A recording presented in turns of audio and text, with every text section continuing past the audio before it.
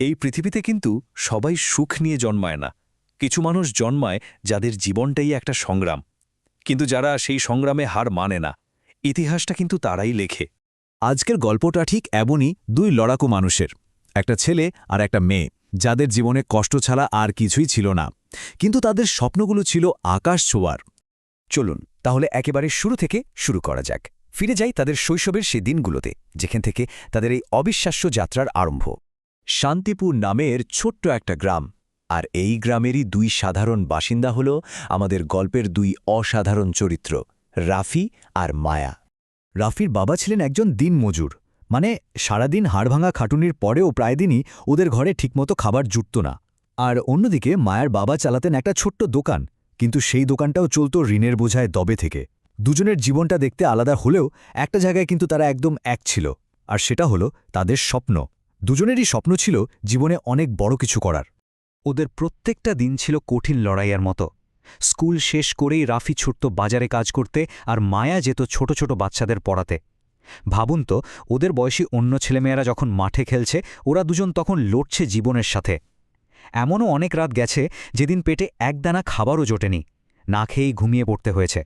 কিন্তু এত কিছুর পরেও ওদের মনের ভেতর একটা বিশ্বাস ছিল।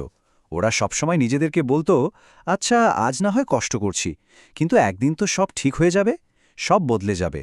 এই বিশ্বাসটাই ছিল ওদের সবচেয়ে বড় শক্তি, বুঝলেন? আর কথায় আছে না, বিশ্বাসে মিলায় বস্তু। ওদের সেই অপেক্ষার বিশ্বাসের ফল মিলল একদিন।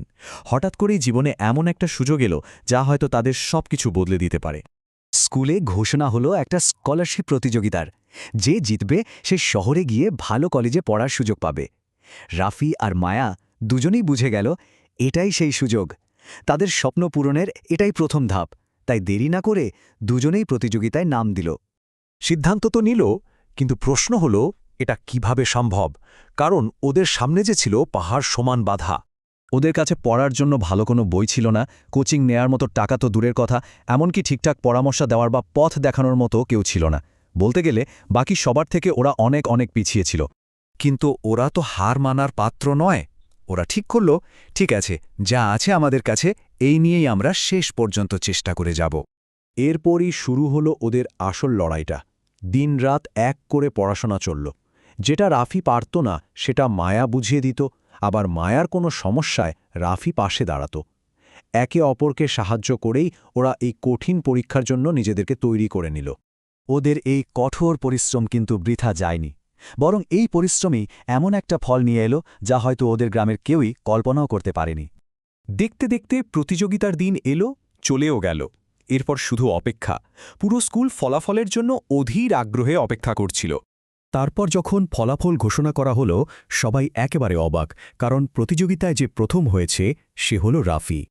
আর তার ঠিক পরেই দ্বিতীয় স্থানটা পেয়েছে মায়া। যারা ভাবত ওদের দিয়ে কিছুই হবে না, তারা সেদিন নিজের চোখে অসম্ভবকে সম্ভব হতে দেখল। সেদিন দুজনেই চোখেই জল ছিল, কিন্তু সেটা কোনো দুঃখের জল ছিল না, ছিল এতদিনের জমানো কষ্ট আর পরিশ্রমের পর পাওয়া এক বিরাট জয়ের আনন্দের অশ্রু। ওই অশ্রু ছিল একজন সত্যিকারের বিজয়ীর। এই জয়টা ছিল অসাধারণ, মানতেই হবে। কিন্তু গল্পটা এখানেই শেষ নয়, বরং এটা ছিল সাফল্যের দিকে ওদের দীর্ঘ যাত্রার একটা নতুন শুরু।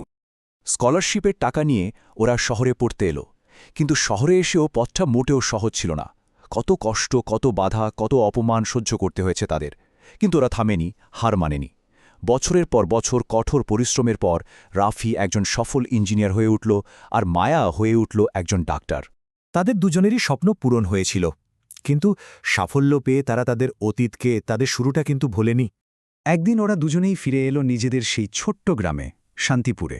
যে গ্রামে একসময় ওরা না খেয়ে দিন কাটিয়েছে, আজ সেই গ্রামেরই অসহায় মানুষদের পাশে এসে দাঁড়িয়েছে। নিজেদের জ্ঞান আর সামর্থ্য দিয়ে তারা সেই জায়গাটাকেই বদলে দেওয়ার চেষ্টা করছে, যেখানে একদিন তাদের শৈশব কেটেছিল চরম কষ্টে।